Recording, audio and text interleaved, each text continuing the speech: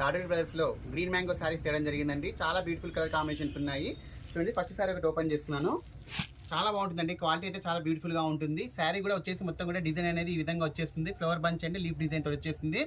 శారీకి వచ్చేసి కాంట్రాస్ట్లో బార్డర్ అనేది చాలా నీట్గా వస్తుందండి. ఫినిషింగ్ కూడా చాలా బ్యూటిఫుల్గా ఉంటుంది.